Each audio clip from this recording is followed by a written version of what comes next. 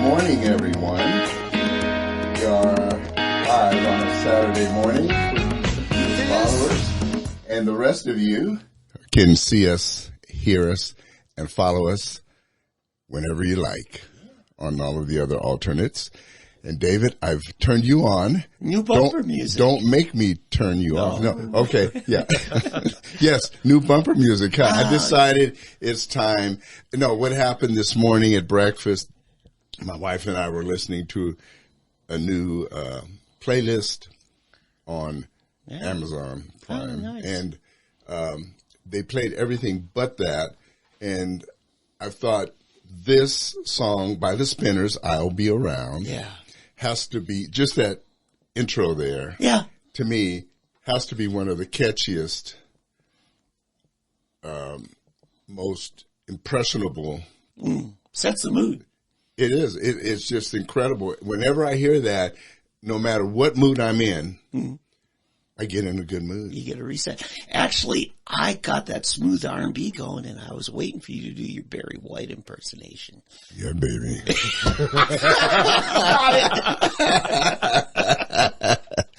Oh man, don't make me go back. Don't make me go back. Kelly will have me going to confession. No. Hey, again, welcome everyone to Fresh Black Coffee, to hopefully wake you up in more ways than one. For those of you that may be new, the Fresh Black Coffee is to wake us up politically and socially, to if you're lethargic and have not been paying attention to what's going on in our nation and in the world. And I'm here with my friend and colleague, sidekick, and many other things, David Van Risingham. And we've done this now for... This is our third season. Is this 3 years now? Wow, man. I say 3. We started in 21, all at 22, and now we're in 23. Wow. You know, they say the third year is the toughest in a marriage. Oh, boy. So we better watch out, Dave. All right. We better watch out. Be careful. Yeah, be careful. Yeah. Hey, our special guest today is County Commissioner, Tulsa County Commissioner, Kelly Dunkerley, newly elected a couple of months ago and newly minted, working hard. And it's really a pleasure to have Commissioner Dunkerley with us. And he's going to not only answer questions, but inform us quite a bit on what the county commissioner does and what the county really is responsible for. So let's just jump right into it. And Dave, I'm going to turn most of it over to you because I know you have a lot of questions, and then I'll dive in periodically. First of all, Kelly, welcome. I've run into 2 responses to your candidacy earlier this spring. The first one was, who's Kelly Dunkerley? And the second was, I love Kelly Dunkerley. And it depends on where they live. So where's your background from? What part of the county you're from? Tell us about yourself. Well, I'll just start right where you laid it out right there. I live in Jinx. My wife and I have lived in Jinx for about 20 years. Before that, about 6 years in South Tulsa. So a corporate relocation. We're going to have to bring you up a little bit. Corporate relocation brought us here to Tulsa. So that was all the way back in 1998. We both grew up in Missouri. Columbia, Missouri is where both our fathers taught at the university. So we kind of grew up in a university town, and life went on. Eventually, my wife is a graduate of University of Missouri Veterinary School, so she's a large animal vet, and I went into insurance, so I have something in common with at least one thing with Eddie here. State Farm Insurance, and State Farm brought us here to Tulsa. It was a corporate relocation. I worked in Houston, Texas, and in Topeka, Kansas, and eventually we just went through a corporate relocation, brought us here to Tulsa, and we just fell in love with the area. My wife is a horse enthusiast, so there's nice horse culture here. Yeah. And she got involved with TCC, and she's a large animal veterinarian at the veterinary technology program at the West Campus in TCC. So she teaches. She teaches. She's a founding member of that department, so she's taught there in the West Campus for 20 years. And that's what brought us here to Tulsa. So we lived near Memorial and 81st Street near Darnaby School. That's where we first landed, and 6 years later we wanted a little bit more space. We wanted a barn. We wanted to build a place where we could have animals because my wife's passion, and that led us to Jinx. We just found a place that fit all our needs, and so we set down roots there. How did the politics come into your life? Well, politics is something that I've watched politics all my life and just kind of wired that way, all the way back high school years. I grew up in the 80s, and President Reagan was somebody that I liked. I liked what he was saying, and I got involved in politics at that time, and that kind of moved into high school and then college, and I had an internship in the state capitol in Missouri, so I got involved in the 88 campaigns, and a lot of other things happened. But what happened with my professional career is I went into insurance, and I was a claims adjuster for about 6 years, but then I eventually moved into what we call public affairs at State Farm. So that gave me responsibility for media interviews for Oklahoma and the central part of the country, catastrophe response, government relations, and then also philanthropic relations. So I've been working in that space for almost 20 years, and then I had a kind of a stint in local politics in Jinx. So I got involved in Jinx City Council. Jinx City Council. So that's kind of where we start there. Let me interject. This is really weird because you're saying the things we have in common. I also was a claims adjuster for about 6 years. God bless you. Yeah, thank you. Thank you. Anyway, come up a little bit. There we go. That is interesting. So, okay. That is a little sidelight. It just, wow. All right. And then you announced, last spring, maybe before that you're going to get involved in county government. Why? Well, actually, it was December. Yeah. So it was a little over a year ago, 14 months ago. And as a mayor of Jinx, I served a term as mayor and in city council. One of the bigger things you learn when you're in a small city, Jinx is a very small city. Some people may not realize that. It's a large school district, but it's a small city. And we worked with other cities on regional projects, and the partner that we could always rely on to mediate disputes or bring a wider group of entities together was the county. Yeah. The county helped us out. The county was a middle arbitrator, a middle ground where we could kind of find common ground on big projects, road projects, low water dam projects, those types of things. So what happened is the county commissioner, District 3, decided not to continue on. Ron Peters, a friend of mine, and it opened up a seat on the county commission. And I was pretty happy with my insurance job at that time. State Farm has long left Tulsa. They left the building that's on the Broken Arrow Expressway. Now, clarify that. There's still agents who say, please don't say that. Well, the corporate presence here, the operations center on the Broken Arrow Expressway is where I worked for almost 20 years. Exactly. And State Farm did another large reorganization, pulled people into Atlanta, Dallas, and Phoenix. And my family didn't want to leave Tulsa, so I went and looked for another opportunity, and that led me to Tedford Insurance. So I've had the corporate experience with a large entity, State Farm, and then I got the opportunity to work in a small independent operation and focused on commercial insurance. So it was just another step. Another journey, and I was there for nearly 5 years, 4.5 years. Okay. Now, that was the Tedford agency. That's right. Which has multiple underwriters that they bring to the table, and very established name. Especially commercial insurance. I think they're very involved. Institutional, right? Yes. I got to know Mark Tedford when I served on the board of Jinx Chamber of Commerce. He served as the chair of that organization several times, so I knew him, and then when I wanted to look for a new opportunity here in Tulsa, I talked to Mark. I said, hey, I'd like to try my hand at the independent side of the arena. And he said, sure. So that worked out great. And like you say, they have 70 employees statewide, several offices in the state, very committed to this city and this state. And Mark is the second generation business owner. Yeah. He took it over. He and his brothers took it over when his father passed away. And they've been very successful as second-generation owners. Yeah. Eddie ended up endorsing your candidacy for the most unusual reason. Somebody picked on Mark Tedford as a way to get to you, right, Eddie? Yeah, no, that's true. I've known Mark for many years. I know him as a good Christian brother, a good man. A generous man. Very generous, and he used to have a Well, he still does. We had talked about this. He has a Friday morning Bible study, a men's group, and I used to attend it.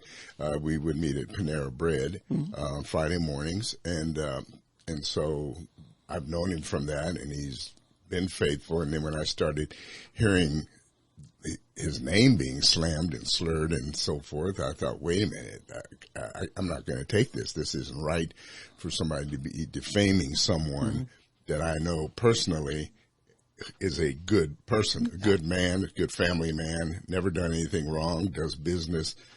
In fact, I've worked with him on some projects. One is trying to get the city business, the insurance for the city of Tulsa and the county, and going through that process, seeing how he operates and what we went through. And this person was making up stuff. Trying to make it something else. But listen, that's another story. We're here to talk to Kelly Dunkerley, County Commissioner. No, I know. How those things work. But I don't want to hijack the conversation. We're here to talk about the commissioner. Yeah, and so now you're elected. You were elected by a good margin in the runoff. And now you're hit with challenges. What do you see as the big challenges that are most important to you to prioritize your efforts on? Well, the biggest challenges we have at the county level is really trying to find the resources we need to fulfill our constitutional mandates, and that's not unique to this government or a lot of governments. So, working through the budgetary process and learning the different needs that are happening, and our county is very unique. We have different aspects to our county. We have a parks department. We have court services. We have a much more robust system for juvenile justice, a new center. The jail has unique components to it. So public safety is always number one. Number one, public safety. And some of the things I've learned in discussions with the sheriff, me and others, are their challenges with staff, their challenges with recruiting people in law enforcement, retaining the good people that we do have, and making sure that we can do everything we can to encourage them to stay with their career, stay with the county.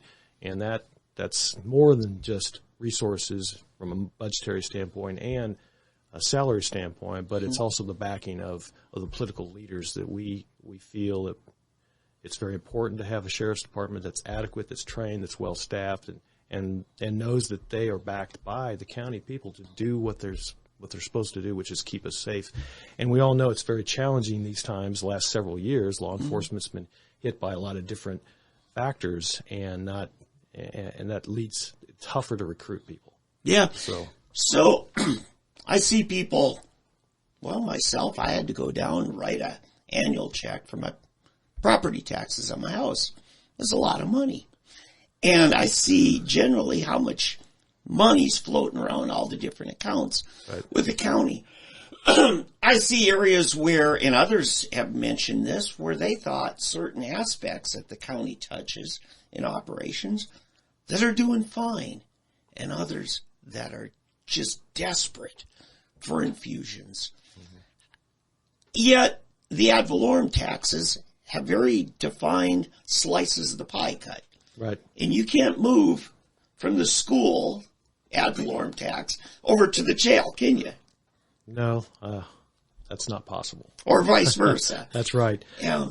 Yeah. I mean, that's a misperception, and probably the number one question I got when I'm campaigning for this office was, what does the county commissioner do? And what are the county's responsibility? And I think that's because in our culture with media and the way people absorb information, most people are going to see a lot of things regarding Washington and the federal government. They understand what that's happening and what the focus area is there, and they're going to hear about the mayor and local things, maybe a school board, and then also the state capitol gets a little bit of attention, the governor, and rightly so.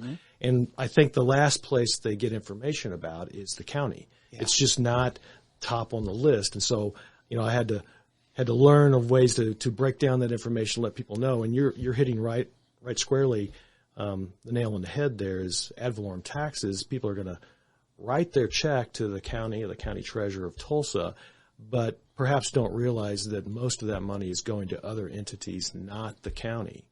Kelly, let me just stop you real quick. I hate to do this, but for people that may not know the difference between sales tax and ad valorem tax, and tax. You know, everything, tax is a broad thing, but tax is going to different. I mean, this is a great opportunity for us to get an understanding of where different taxes go and what happens. So the city gets sales tax, the county gets ad valorem. Or property tax. Exactly. Yeah. That's what I was getting at. So basically what we're talking about is property tax. Yes. Okay. It's a Latin word for property tax. Right. Property Thank you. taxes, I would kind of break that down as having been on the city side as well. Mm-hmm. Municipal revenue is generally sales tax. That's their main sales tax revenue. And so when I was involved in the city of Jinx, we spent a lot of time trying to develop that base, develop the commercial area, and make sure that we could bring in the revenue we needed to give the services that the people wish to have and deserve to have. And on the county side, it's different because it's ad valorem, so it's property taxes, and that's going to be valuations of property. I think what we're talking about and making sure people understand is the county, for all the resources, all the things that we need to do, jail, public service, the justice system, the courthouse, that's about less than 9% of the property tax that a normal taxpayer would pay. 9% goes to the county. So 57% goes to the schools, then 10% goes to Tulsa Tech, and another 5% to Tulsa County, Tulsa TCC. So there's various other entities that are being funded by ad valorem, and that's our system that's been set up for a long time. And so usually, there's sometimes ad valorem is doing well and sales tax is not doing so well, and sometimes it goes the other way around. Yeah. Now, our county does actually have a county sales tax, a small, right? A portion of that is funding the juvenile justice system, yes. Yeah. Yeah. Now, okay, so if it's broken up, the property tax is broken up into these different pieces, who actually has the authority and the responsibility over the school funds and these various different entities? So let's say education funds, TCC, Community College, and Tulsa Tech, the city, county health, and the libraries. Who actually gets to decide what happens with that money? Well, eventually that money flows to those entities. I mean, the county collects it through the property tax system, and the treasurer collects that money, holds it in various timetables, but is going to release that to those entities. Right, but who in those entities? That's what I'm trying to figure. Those are your leaders, like the school boards of each school. They're the ones that are going to make the decisions on what level of ad valorem or millage they're going to attach to the school systems. Now, let me just handle that missing link. You collect property tax on this parcel of land. Then, isn't it true, you have to go through probably the county clerk says, okay, that parcel of land is in Jinx School District or Tulsa School District, right? And then that's how it determines who to send it to. Correct. Right? Yes. Then it goes to that. And then that school board, when it collects it all, that school board decides which district, or let's say Tulsa County. So they decide then which school gets what in their overall budget. Which, let's say Edison, East Tulsa. I think before that Central. you have to consider that it's a state formula for education funding. So most of the tax dollars are going to flow into the state government apparatus, and then they're going to be distributed through the formula for the state. Oh, okay. So our county taxes go into a state education fund? I believe a portion of them do. Yes. I mean, ultimately, the schools are dependent largely upon the state allocation, the funding formula for schools. So those local dollars aren't going to stay here and just stay here only and then divided by the school district. There's a state component. State government really is responsible for depending on, and actually the state's a backup. Prior school district, for instance, gets no state aid because Google pays so much property tax. That's the first line of funding. Mm-hmm. And then the state makes up whatever that school district didn't get through property taxes. So it's an interesting deal. Wow, man. Yeah. There's a lot of different. So I was reading, I have no life, okay? So I'm reading the Oklahoma Constitution, the longest state constitution in America. And it calls, you're right, there's so many mandates on counties coming from our Constitution.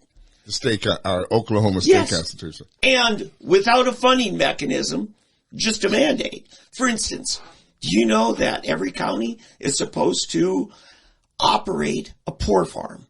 That's language from a poor farm. Poor farm. That's coming from our state constitution, and a county orphanage. Okay, I don't know if you guys are doing that. No, I think the counties handle that differently for sure. But I would say Tulsa County, the poor farm was LaFortune Park. That's what it was. Really? Yes, that's. Now that's a bit of history trivia there. And but instead, we have a golf course there. We have a golf course. We have tennis. We have our priorities. Those poor tennis and a croquet court. Yeah. So it definitely changes over time.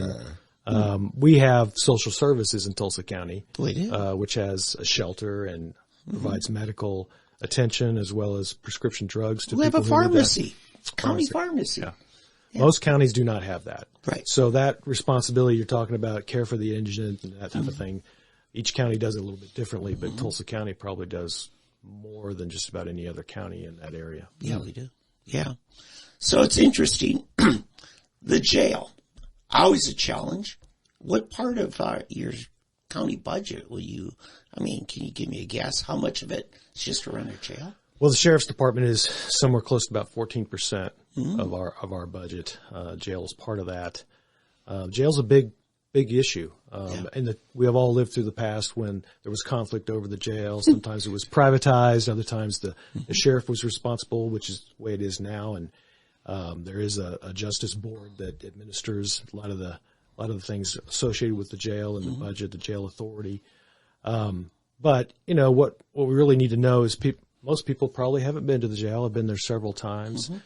There's so much going on there. A city within a city, the type of persons who end up spending time in the jail, they need attention. A lot of them medical attention or mental attention. So that the Chief Kitch is in charge of the jail, and his plate is full all the way from A to Z. Every issue you can imagine, they're dealing with it.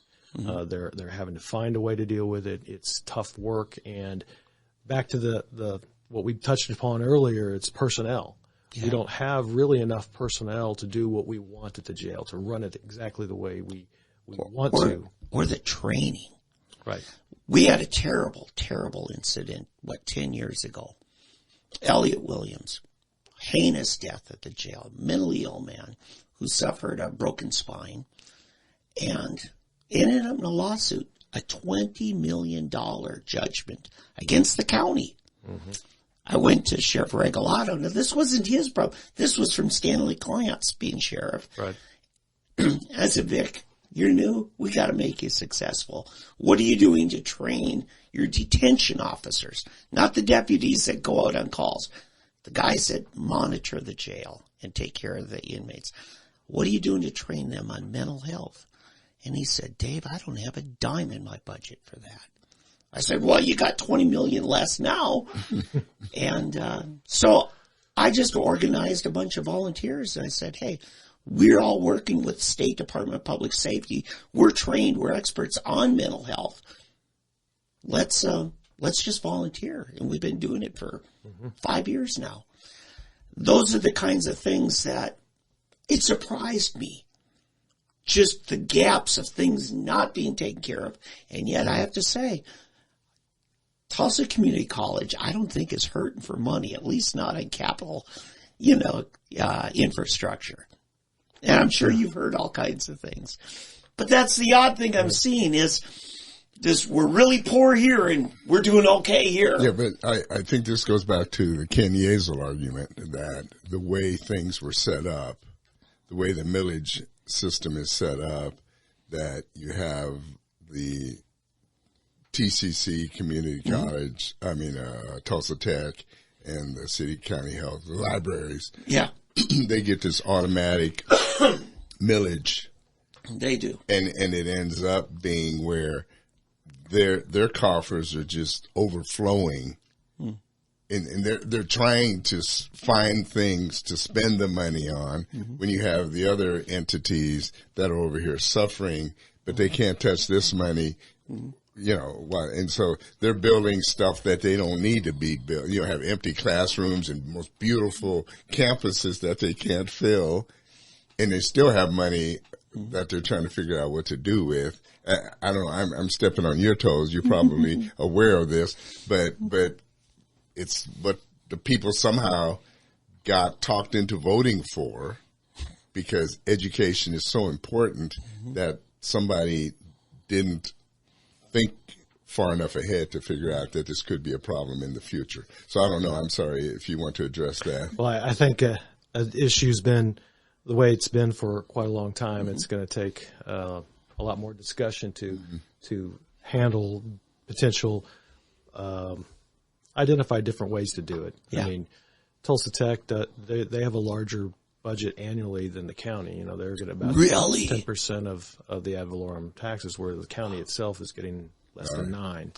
Wow. So, you know, we have a Tulsa Tech, we have a tech system that we can be proud of. I mean, they have good facilities and they have a lot of good things to say about what they're doing. And Tulsa Community College, they're about 5% of the budget, so they're half of what the county operates on. So those were things that went before the people. So, you know, if there's going to be a change in how that's handled and what amounts those entities are getting, that's going to be a decision of the people, one way or another. Right. But is there any effort being made to present it to the people? And is there, I mean, I know it's not something you individually can do, but is there some effort among the county commissioners as a group or others that are willing to educate the citizens of the county to say, look, you know, you can gripe about what's happening in these other facilities, but here's the reality. These people are getting the lion's share of the money, and this is where the money's needed. It's up to you. Yeah. I mean, you know, I don't know. I mean, that's what we're here. We're here to help, to get the word out and anything. I mean, I don't want to make you the chief spear catcher or anything, you know, get you in trouble. But I'm just saying, somehow the word has got to get out. People have got to be made to understand that this is a problem, and it's not going to get any better, because as we go down the road in the future, it's going to compound, I believe. But I think you hit on the point. There's usually transparency is the best cleanser of any public process, and just people understanding where the tax dollars are, where they're flowing, what levels are going to which entities, and you know, when and if we have a wider conversation about that with a collection of people, it would take to identify if there are changes that we want to make and how that would be presented to the people. Well, it's a big conversation. Okay, here's one. Well, no, let me just throw this in. One last thing: the city county health. What percentage do they get? I believe I'd be going off of memory, somewhere around 3%. Okay, so what if we took from the 10%, take 2% and give it to city county health, and we could hire the people that you're talking about to enhance the mental health department, to put into the jail, to earmark or designate a division in the city county health department that works specifically on mental health in the city county jail, right? Or in the county jail. Go to vote to the people. Well, I would say, I think what I've learned enough from the sheriff and other people at the jail, we are fortunate to have capabilities at our jail that address mental health. But it's also true, I think, I'll speak a little bit because I know enough to be dangerous. But let me just, in your defense and on your behalf, you've only been there 1 month, about 5 months. 5 months? Okay. So I know it still takes a while to get out, and you're from the insurance, not the criminal or the county. Well, city council.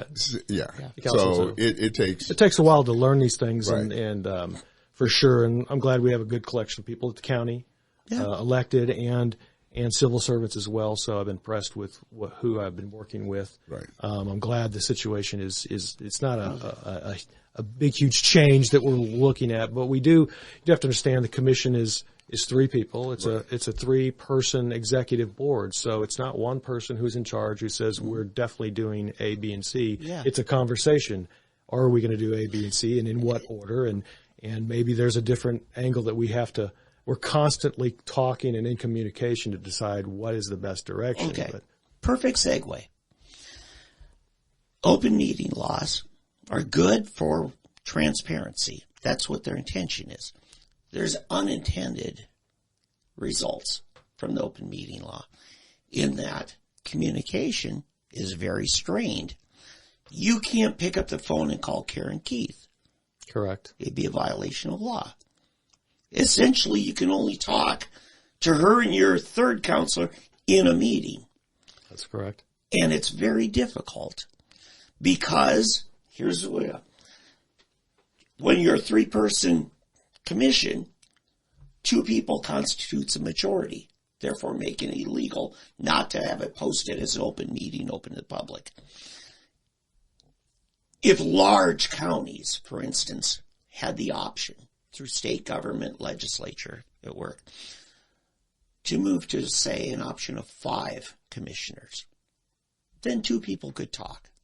Then if they run into each other at church or at the shopping center or something, they don't have to ignore each other.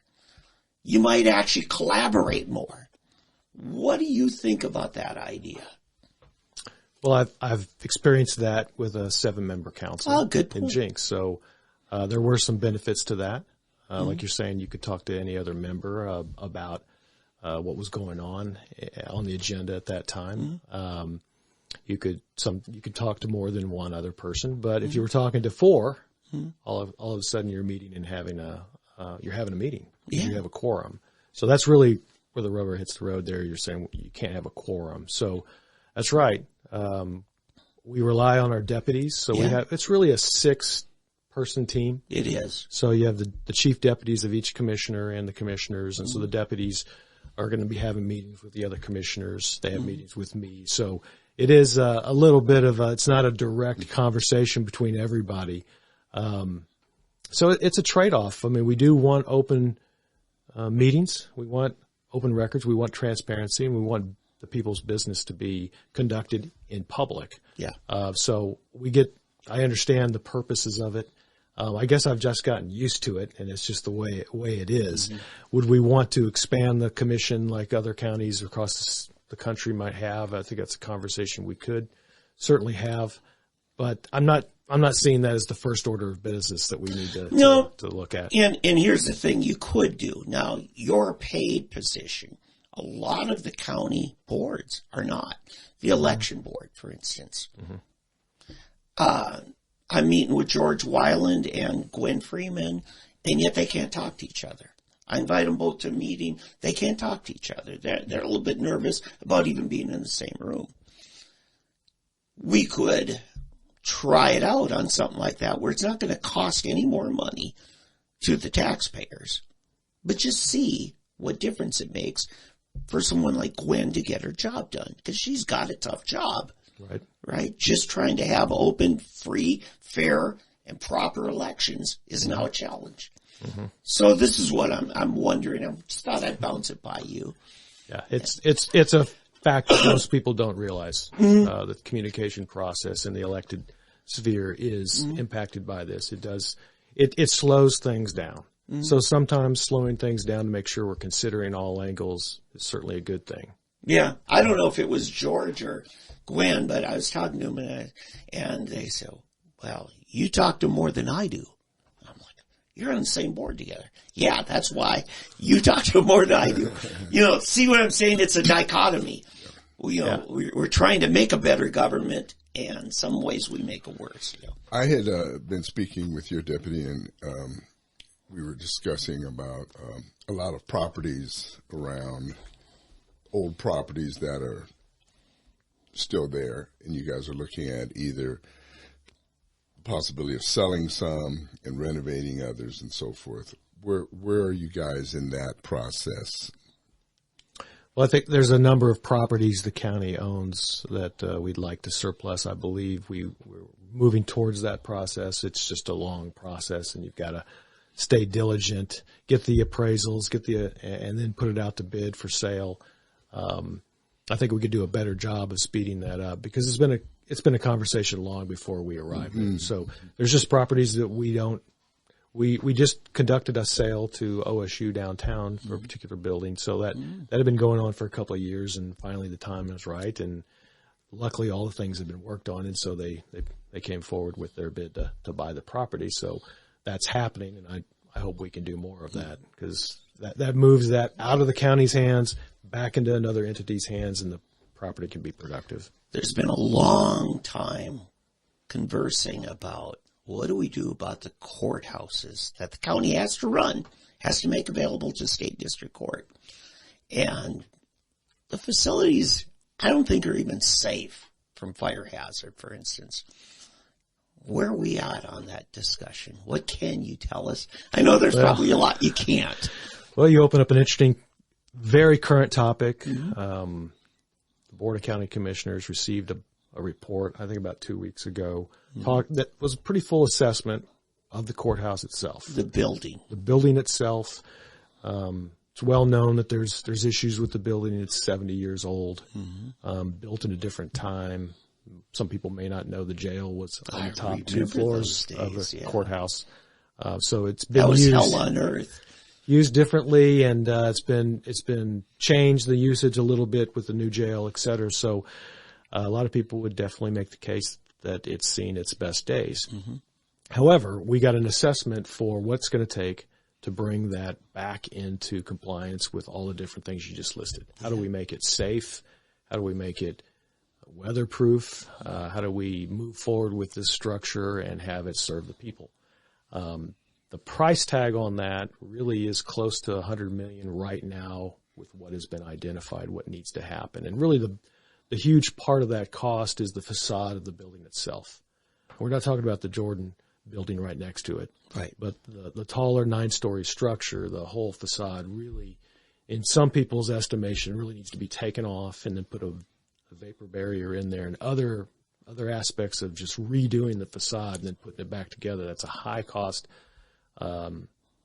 process, but it's probably necessary because there's many water leaks, and that's what's probably the majority of a lot of damage in the courthouse when it comes to electrical systems, even the plumbing systems, all the IT.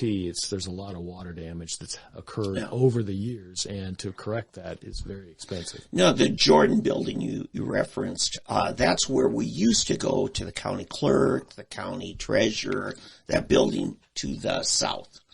They've all moved catty-corner across the street. Yes. To what is now your administrative building, right? Right. Executive building. The old community care building. Yeah. So what do that's the Jordan building is essentially not doing much right now, right? At least not to the public.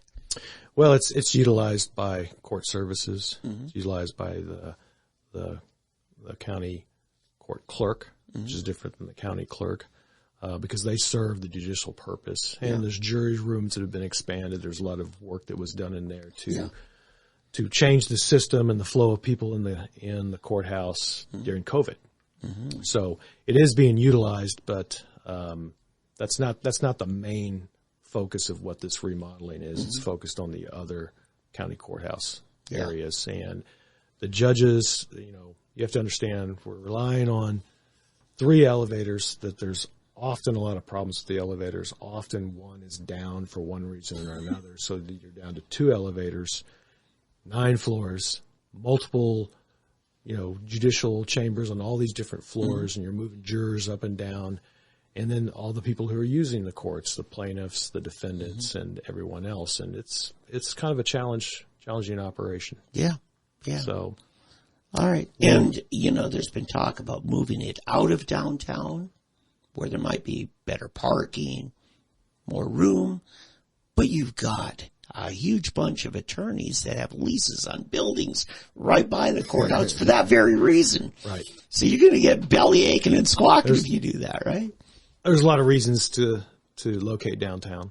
And you really, what you bring up is the condition of the current building. Yeah. It's dire. It needs attention now.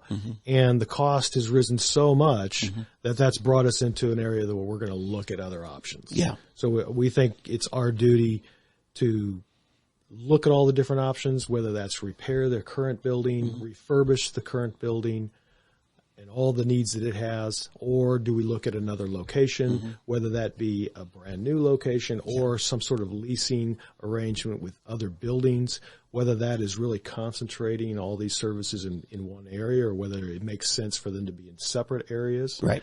And then throw into the mix there, the city of Tulsa is looking at a different arrangement for their municipal courts, which is right behind the courthouse. Right. So that discussion's happening at the city level. So I think, people hear one and maybe the other one, but understand they're different processes, and one's a city process, one's the county process. And we're just going to do our due diligence, find experts who can evaluate all these different options, and then some months from now we'll be looking at a decision on which direction is best for the people. Now, what I haven't heard you say here is any advocating for one idea or another. You're truly open to hear everybody on this. Maybe I have the pleasure or the advantage that I'm the new person. So I got fresh eyes on this situation. I don't have a vested working relationship with any of the buildings. I know the buildings that we do have and the courthouse we do have has served us for a long time. Yeah. And we either have to put a lot of resources in it to make sure it does what it's supposed to do, or look at all the alternatives, which the alternatives may lead us back to let's redo and repair what we have. Yeah, it just takes a lot longer to try to operate a building while rebuilding it. It may be in a lot of ways simpler just to find someplace close to build while you're running the old location, right? That would have advantages. I mean, we didn't even mention all the security angles of the courthouse, and they are big. They are large. Yeah. There's inmates coming from the jail to the courthouse on a daily basis. There's transport of that. There's the safety of that. There's what are their accommodations when they're in the jail? How are they fed and housed and looked after then? And then they go back at the end of the day. So the sheriff's office is huge in this. We've involved the sheriff. We want the sheriff's office to tell us what works for them, what would work in a new setting, or what needs to be changed in the current setting to make sure that is taken care of. Yeah, in your operational decisions and budget and requirements, some of those are set by the Supreme Court, right? As far as security and providing for the state to run a district court out of a county building. Another good point. Yeah. The judicial system and the judges, they occupy the building. In a sense, they are tenants of the county, but they are a separate entity. They are a state employees, state division, kind of a division of the Supreme Court, the justice system. And so their IT needs, their security needs from an informational standpoint must be separate from the county systems. So over in the courthouse, you have to understand we got at least two different IT systems happening. Another complexity to the situation. And that's why I'm glad you moved the county clerk, like property records, county treasurer, off into another building, because then you truly get to set security and operational decisions without the state deciding those things for you. It's a cleaner arrangement. I think everybody is happy that those are separated, close but separated. Yeah. I think it was a wise move. Yeah, it's good. Well, Kelly, wow, this has been good, and I think we'd like to have you back maybe in 6 months to see what progress has been made and if you're still liking the job.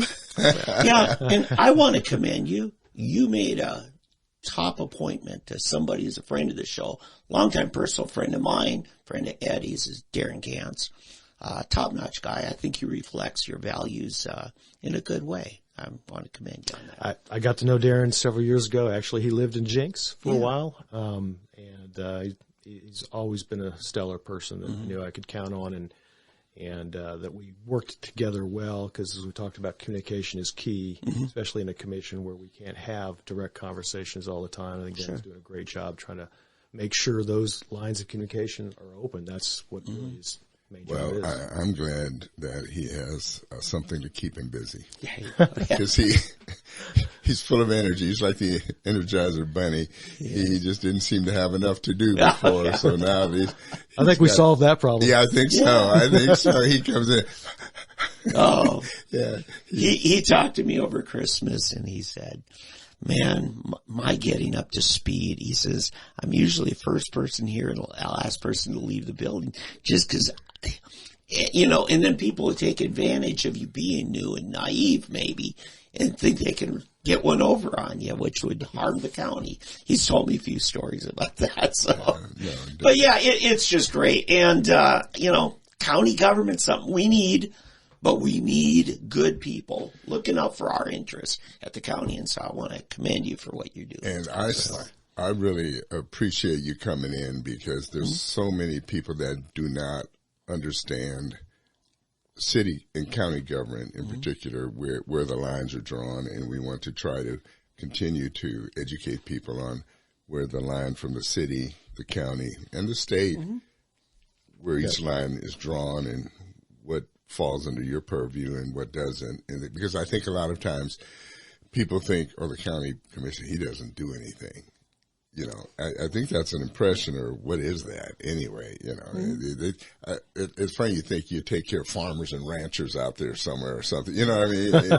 Like your wife, a large animal vet. Right. She takes care of horse. They take care of the horses and cows, and they don't realize that you not only take care of everything in the county, but the city as well. You got the city and outskirts to take care of. One, John Smoligal, the former commissioner, shared something with us one time, a Republican Men's Club, is you wouldn't believe the number of intersections where traffic control is handled by the county. You think you're going seamlessly from Tulsa to Broken Arrow. Tulsa put their fence line right up to that road, and the Broken Arrow on the other side, and that road is county. And the traffic lights and maintenance and all that is county. These projects can be extremely complex. I mean, 101st and Garnett is a huge project. It's probably $14 million project to update that intersection alone. But, in a floodplain. In a floodplain. And the county's in the middle of it, but both the cities are working on it as well. There's a state component. We have a federal grant. I mean, these things take a long time to unwind them. And then put them back together. But $12 to $14 million is a huge, huge thing. And in fact, that kind of equals what our annual budget is for roads. Roads. Yeah. Which, just real quickly on roads, I'll tell you that the county is responsible for a lot of roads in the unincorporated areas, but sometimes section line roads that are bordered between cities. So we're right in the mix and hoping to work all those projects as partners. And it takes communication and dialogue. So that's really what our job is. But the county's budget for roads is dictated by a formula from the state. Yeah. And it doesn't come from the ad valorem we talked about. That is a formula based on population and the amount of roads we have. So in a sense, you can say the county, when at statehood, we're forming the state, we have a state capital, and from there they create the counties and the county seats and then give the responsibility to the counties for the roads. So in a sense, and they might give you the money for those. Well, there's where the formula arrives from, is that all the gravel roads, in Tulsa County are no longer gravel roads. Those are roads that we have to build like any other road. And the more our population gets, they're not just gravel roads down there. Yeah. Where you go out to many other counties, it still is very similar to what it was in the very beginning. Gravel roads, and their budget reflects it. Ours doesn't reflect that.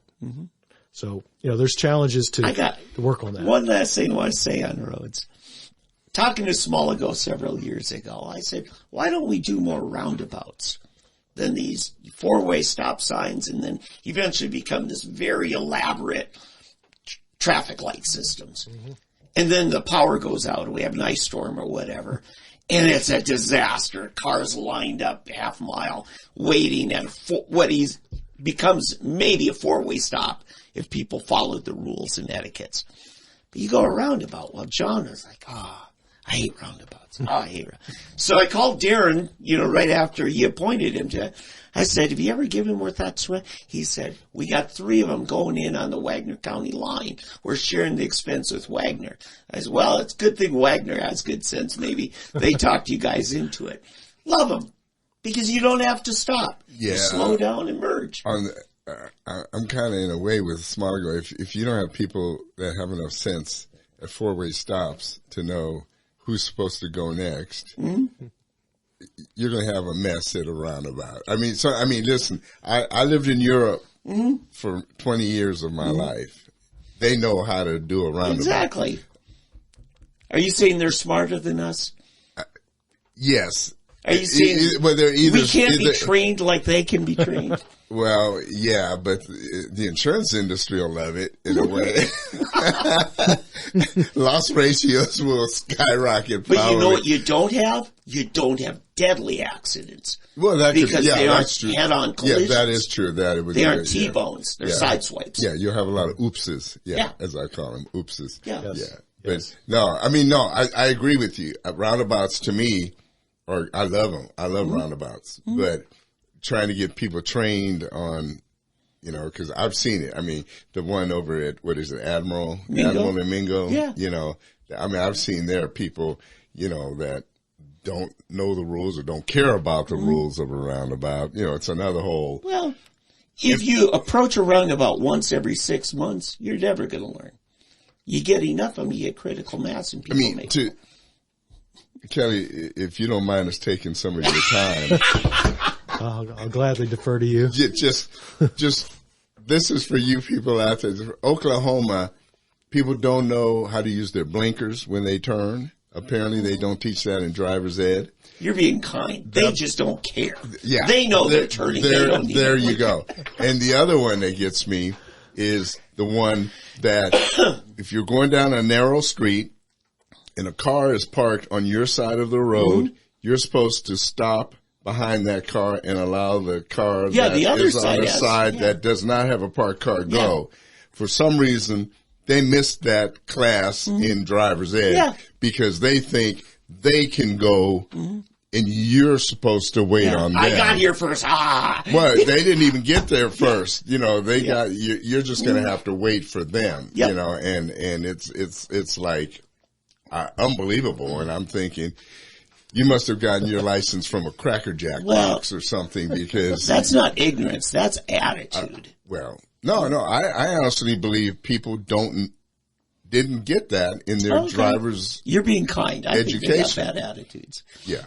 Now, some of it will be bad attitude, but I honestly believe they weren't paying attention, or they didn't get it. So, but anyway, thank you for allowing me to spew. But anyway, spew for a moment. People Kelly, listen. It's all yours again. We'll have a couple of roundabouts, so we'll see if that. Yeah, let's see how those work. No, I love roundabouts. I agree with you. I think roundabouts are a great idea. I mean, they speed up things, and the other thing I think it might help with is the aggressive driving, because the thing that's gotten me about Tulsa, I've never seen so many 3 lanes go down to 1. Like 3 or 6 lanes, or you have 3, and then over here you got 2 and 2, or 2 lane, go down to 1 in each direction.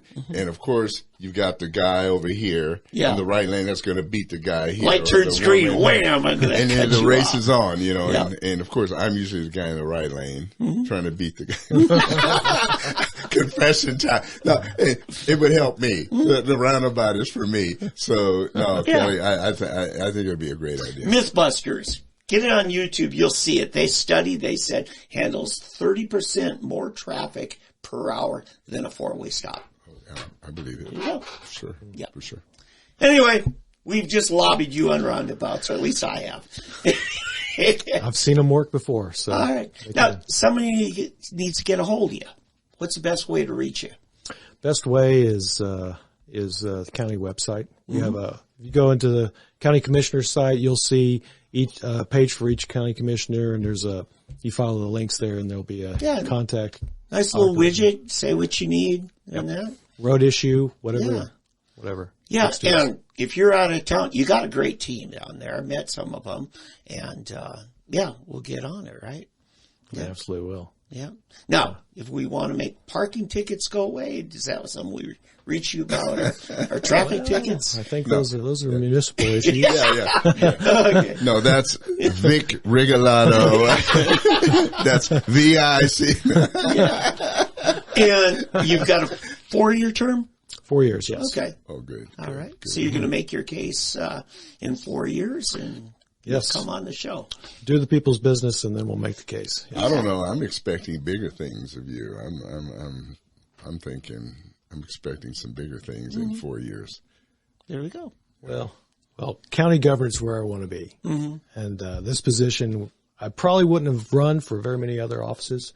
Wasn't interested in doing that, but an open seat, county commission, from what I experienced in the past and what I knew that commission could do in bringing people together, I was like, yes, I'll do that. And I'm very excited about doing it, and I'm really happy that we're there. So I think we're going to have a good time, and there's plenty to do, and there's big issues to handle. So we're diving in. All right. Tulsa County what is it? What's the website? TulsaCounty.gov. .gov. There you go, folks. And we will revisit this in 3 years and see who's right. Me or Thanks for coming. Hey, thank you, Commissioner. Thank you so much, and we're very happy to have you in here with us today, and we look forward to some great things. Thank you. Thanks for the invitation. All right.